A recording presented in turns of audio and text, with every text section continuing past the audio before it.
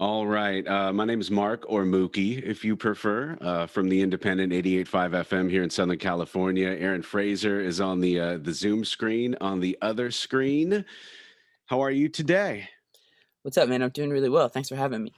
First of all, it's obviously easier to do Zoom interviews with artists rather than routing them to the radio station with all the gear when you're in town. So for us, it's been a revolving door of amazing interviews since the pandemic started. And it's really cool to see how some of these artists live, with their home studios in the background or their apartments or their front porch. Where are you right now? I just did a quick scan of my background because I wasn't sure what was going on. I'm in my attic. This is like a little music corner that I have in the house. Yeah. Is that I'm where in, the magic happens, the demos and stuff? definitely, yeah, and I'm in Brooklyn, New York to be specific. Yeah. Originally, you're from where? Baltimore. And well, we heard about you for the first time, and the big headline in our inbox was a member of Durand Jones and The Indications. Certainly, a band that we've been following for a number of years now.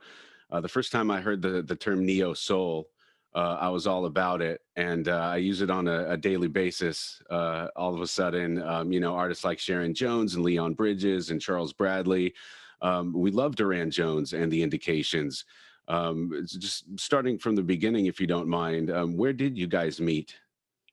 So we met when we were all living in Bloomington, Indiana. We were studying at Indiana University. Indiana has a really great music school where Durand was studying classical saxophone, and then all of the original Indications we were studying audio engineering, which is sort of like part of the music school as So are well. you kind So of a gearhead, if you will? not as much as you might think. I mean, for me, I think gear is just like it's a means to an end. So like I'm much better at talking about like we can go deep on like songs all day, but I can't go too long on like my favorite compressors. Right. That's all just, it's Greek to me. I don't even understand all of that Mm. stuff. And we have other guys who work on that stuff for us. The new record, Introducing Aaron Frazer, is available right now. At first, when we heard that Dan Arbach from the Black Keys produced the record, it was like, oh my God, this is amazing. And then secondly, we thought like, oh, of course he did, because he's producing all these records these days. How did you link up with him? Yeah, Dan's a busy dude. Yeah. He basically I got a call from him while I was in my kitchen frying some plantains from like an Ohio number. Um, my manager had told me that there was like some interest and it might be happening down the line. He might want to talk or something, but usually those things happen like suit to suit to suit, and everybody eventually gets the same room. But yeah, it was really interesting. Like he just called me and said like, I heard your music, I love your voice, I love falsetto, I want to make a record in that style, and I think you're the person to do it. Incredible, man. So, did you fly out to Nashville and hang out at his Easy Eye recording studio?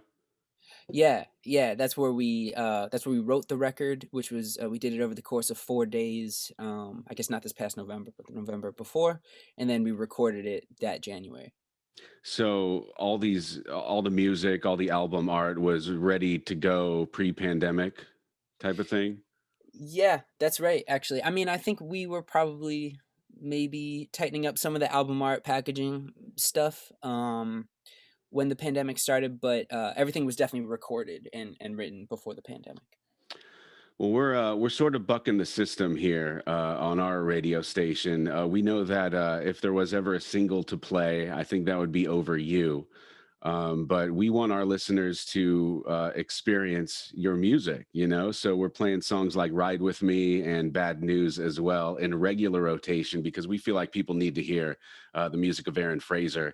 I don't want to pigeonhole you into a particular genre. I did mention the neo soul thing before, but if you meet someone at a coffee shop, pre-pandemic, of course, type of thing, and they Yeah. ask you, what kind of music you play, what would you tell them? Ah, man, I guess I would say if I had to pick one genre, it would probably be I'd probably say I make soul music, right? But I really, in my heart, feel like this record is Americana. because it's like it is a melting pot of all these different styles and these different dimensions, and that to me is like the story of music in America, is like this idea of nothing happening in a vacuum, and one genre, informs another one, and it's all just sort of this one thing. So Yeah. that's how I feel. I mean, you can't think of anything more American than soul music, when you really think about it. I don't know if you've heard some of the other stuff that Dan produced, artists like Yola and that Robert Finley record. I don't know if you heard that, but that was outstanding as well, one of our favorites too. Yeah. It's been said that in the studio you brought in some accomplished musicians, people who have worked with Dusty Springfield and Aretha, and some other songwriters as well. Can you speak on that a little bit? Sure. Yeah. So Bobby Wood, who's part of a studio band called the Memphis Boys. Like a unit that would just play on records together. Um, he's played with everybody, man. He's this old dude, you know, who would have stories if you just sort of if you could listen, keep the ears open and just let him come to you. He'll just be like, yeah, I would just walk up like, yeah, I was in the studio with like Frank Sinatra, and you're like, what are you talking about? You're in the studio with Frank Sinatra. Um, so yeah, some people like that, but also at the heart of the band, Nick Mavshan is playing bass, and a lot of people would know Nick from the Dap King. He played on Amy Winehouse's Back to Black Mm. record, and was part of the Dap Kings. Lee Fields, Charles Bradley. He's now one of the co-owners of Big Crown Records. So to have somebody, and I'm drumming on this whole record too. So for me to be able to look to my left and see somebody who knows the vocabulary so wholly, not just as a soul musician, but as somebody like me who found soul music through hip hop, he understands like what like Wu Tang means, Yeah. what like RZA, means, and all that. Um, yeah, and there's a guy, a younger dude, Ray Hasildo, oh man, with modern rockabilly dude. Um, not oh JD McPherson. Oh, Sorry, I Ray. love we love his sort of lo-fi sensibilities, rock and roll Absolutely. throwback style. Absolutely. And so it was really special to me because when I think about sort of like there is a big generational divide in this country right now. I think in a lot of ways, and to have a place where a bunch of older dudes and younger, players are coming together to collaborate felt special. On the radio side, I love hearing stories from DJs of the past who, back in the day, they were larger than life and there was no YouTube, no Spotify. I could sit there forever and hear some of these stories about old FM radio wars and stuff like that. You touched on something very interesting, which I want to talk about. But first, going back to your formative years, you mentioned obviously you play the drums. I've seen you play the guitar on social media in Mm-hmm. some of these videos as well. What instrument came first, and what music was around you growing up? Drums came first, and then singing, and then guitar. Um, I started playing the drums when I was 9. Mm. I do have, like, an early memory of, like, trying to s of singing, like, Seven Nation Army when I was, like, I don't know, 11 or something. I don't know when it came out. But, I didn't start drumming and singing till later in my life. I grew up with like, my mom really loved Tapestry by Carole King, Mm. which just celebrated its, like, 50th anniversary, which is crazy, but that's one of my favorite records of all time.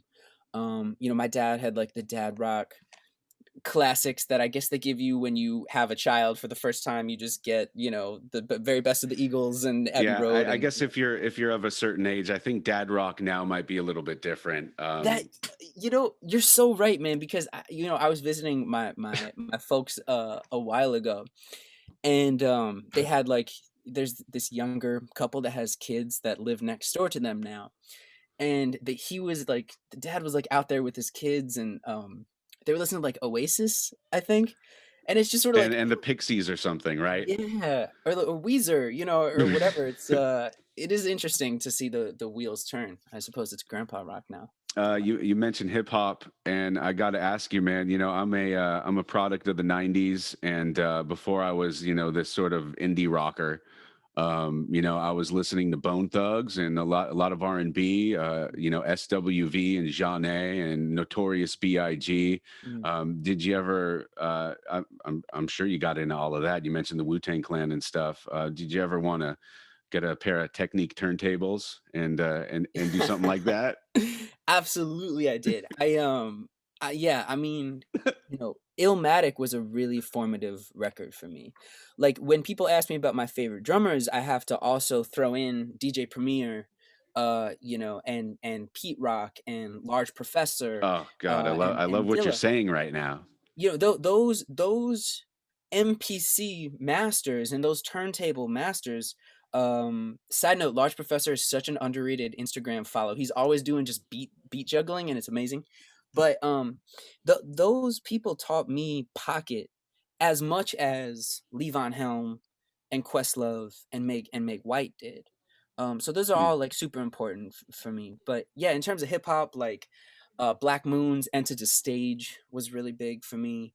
Um, Reasonable Doubt, obviously, Jay-Z's first record. Mm. Um, yeah, those were big. And then I heard the Roots when I was like 14. Rakim, was really big. Let the Rhythm Hit Him. I mean, I wore out that cassette tape in high school. Yeah, hip hop. I love it. We could go all day talking about I this. do too, but old school, and I couldn't tell you much about what's going on right now. Although, Yeah. just from what I've been seeing on the internet, I'm just so ingrained in our format and what we're doing, on the radio. But Something I will say about contemporary hip hop, and I really have a little bit of trouble sort of working my head around like you might like Migos, the stuff that's heavy into the triplet sort of rhyme structure, and stuff that sometimes you lose a bit of the vocal timbre in the vocal processing in the auto tune, because that for me was Q-Tip's like voice. Obviously he's a great rapper, but has a great voice. Busta Rhymes has a great voice. I don't want to sound like a grandpa, like yelling at kids, but I will say there are a couple great contemporary rappers. The whole Griselda records, West Side Gun movement, Your Old Droog. It's like this Buffalo, New York stuff is happening right now, and it's like nasal and tough as nails, and it's good. You like it? whoa, Yeah. you're turning me on to some stuff right now. That's incredible. I bet in your wildest dreams you never envisioned having an album release party on the internet. That's true. In Under perfect circumstances, what venue would you have rather been in, and to play live for an album release? Like, what's your favorite venue type of thing? Yeah, I mean, my immediate reaction, my favorite venue in the world is a very small venue in Red Hook, which is like South Brooklyn, Southwest Brooklyn, right on the water, called the Jalopy Theater. Um, the Jalopy Theater is kind of where New York's folk scene got pushed to when it got priced out of the East Village. So when I moved to New York, I kind of fell in with that crowd, drumming with a lot of like folkies and country people, and they become some of my closest friends. And it's the stage is so quiet and intimate, and it's so hard to find that in New York City. So that's probably my favorite venue in the world. But um, I think the Troubadour in LA, because I have so many people in LA who've been such amazing supporters over the years. Music Hall of Williamsburg is such a great sounding room. Yeah. Incredible. So, how did it go on the 15th of January for the virtual performance? And did you take questions as well? Oh yeah, that was like a Q&A kind of listen through where I'd like talk about the songs, share some stories, play like if the demo version was much different than like the original, I get out my guitar and kind of play it how it was originally like formulated. Right. Yeah, it's fun. That's cool. That's cool, man. And people could find you on socials. They just search for Aaron Frazer, and I believe that should probably work, right? I think that should do it. Yeah. There's no I. My dad suggested calling the record "There's no I" in Fraser because it was a solo record. But yeah, Frazer if you want. All right, there you go. What is the Flying Stars of Brooklyn? Uh, Flying Stars of Brooklyn is my gospel pseudonym. I put out a gospel 45 in 2017 that I Mhm. made in my living room, and I don't know, it just like touched a nerve. It just like sort of like spidered outward and on Spotify, and I think it's somewhere like 20 something million, listens later. Ooh, that's incredible. Do artists get paid from Spotify? Do you need a billion streams? How does that work? Is I guess the answer is probably like technically yes. Not I mean there is a payment per stream. I don't know exactly what it is. I think it's like 0.023 cents or something like that. Yeah, Um it's weird, man. It's weird to think about when you see a play count like that and you're like it doesn't really translate into what somebody might see as, financial success, but right. It's crazy, man. Did you see what the band Wolfpack did a couple of years ago? oh, with the Sleepify? Yeah, yeah. What a crazy concept. I guess for the uninitiated, from my understanding, was the band Wolfpack, who certainly doesn't need radio play. They do it on their own with sort of a grassroots thing going Yeah. on. They put out a record, I guess, which was just completely silent, and they told their fans to just play it on a loop while you're sleeping. And all of a sudden, they're getting $30,000 checks from Spotify, sort of bucking the system. Yeah. And then I think the corporation called him out on it, and something happened there. But Yeah, God, what a stroke of genius! it was, and I think they kinda got away think Spotify was like, "Just don't." They kinda stopped it, but they didn't, like, not they still paid them. I think it Yeah, still, like, paid for their tour somewhere. You know what I will say about Wolfpack is, I mean, like you said, they really built something, like, out of the kind of major power structures, and that's really inspiring. But also, like, their ability to sort of, like, do the Avengers the Marvel Universe thing and kinda build out, like, this world of, like, you pick your favorite, you know what I'm saying? with other like Theo Katzman, other musicians, type of Yeah. thing. Yeah, And I think, with the indications, with Durand Jones and the indications, that's what we hope to follow that blueprint and like, you know, hopefully I'm sure Duran is gonna have a solo thing. Blake, our other main co-writer is an amazing producer and he's gonna do something cool. So yeah, Wolfpack's great. man, you probably feel really good right now. You hit a home run with the album, and it's like you're on this upward trajectory as an artist. I can't think of anything better. The only thing better would be able to, probably you'd probably be on the road right now 100 days out of the Yeah, year. yeah. Obviously things have been shifting, but I hope you feel pretty good about where you're at this very moment. No, dude, I feel incredibly lucky, man. I mean, I have so many friends that I've made here in Brooklyn and living in Indiana who are like some of my favorite songwriters and artists around, and they're like my friends and in my life, and like I just see so many people struggling right now, and to have some music to share with people and to have that music be received really warmly, it's like yeah, I wish I could tour, but yeah, I feeling incredibly lucky, man. Would you feel like you're doing an okay job at social media, sort of engaging your fans that way because you can't play live in their city?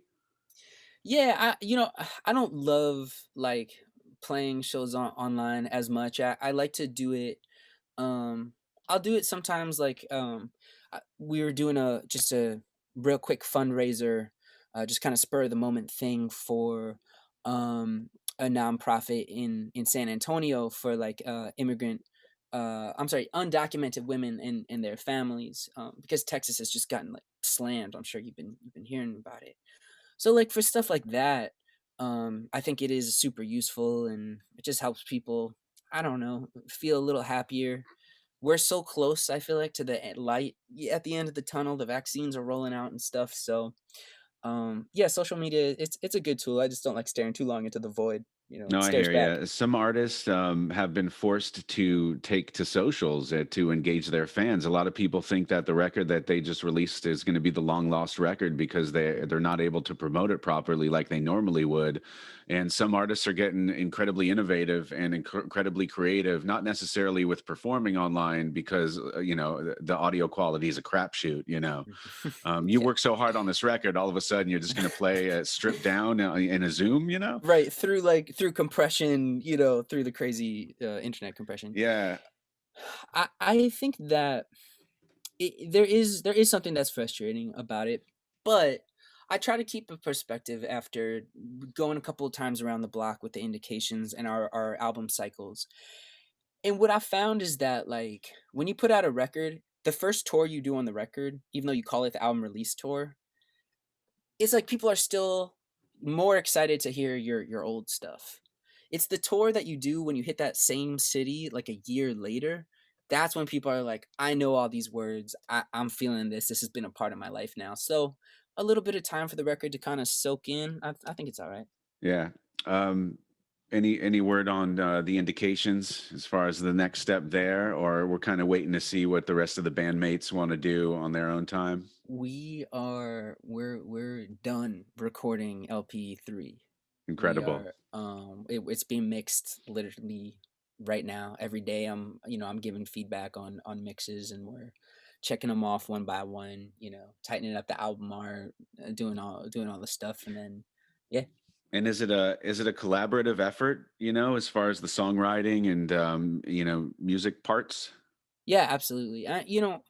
We have so many good songwriters like in this group, um which makes me feel so good and lucky, and feel like we could just make records forever because we're not gonna like run out of ideas because everyone just brings so much to the table. um Yeah. so it's definitely a collaborative thing. Sometimes different songs get brought to the table in different stages of completion, but we all make sure that we're finishing them together. Is it true to form? Is it swing and soul? Is it what can we be prepared for? I don't know if I should talk about it. I will say that this album, my solo record, I feel like was a great learning experience in just being a little bolder in bringing my full um, musical self to the table. Mm. Because like I love soul music, obviously, but I love hip hop, I love country, gospel, pop, all that stuff.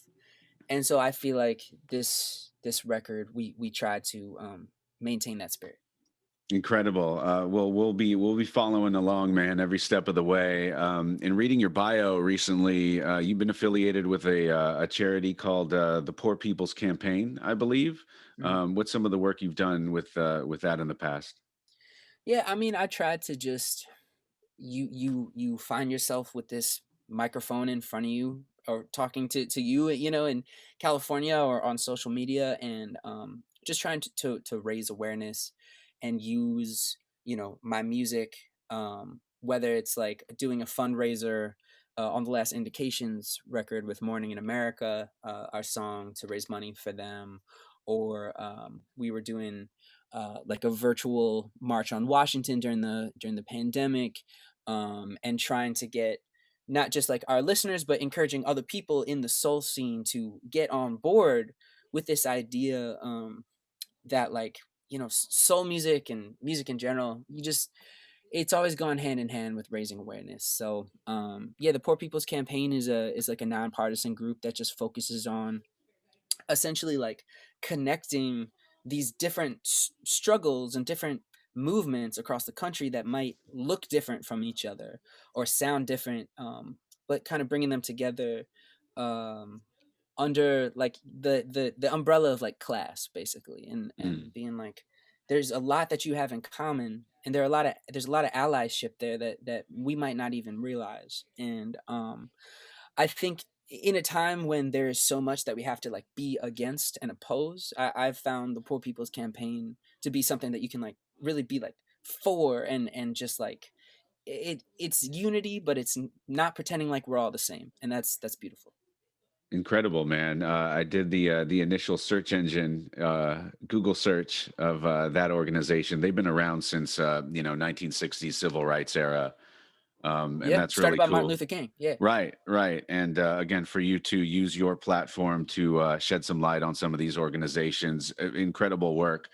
I think that's really it, man. God willing, like you said, there's a light at the end of the tunnel coming. Yeah.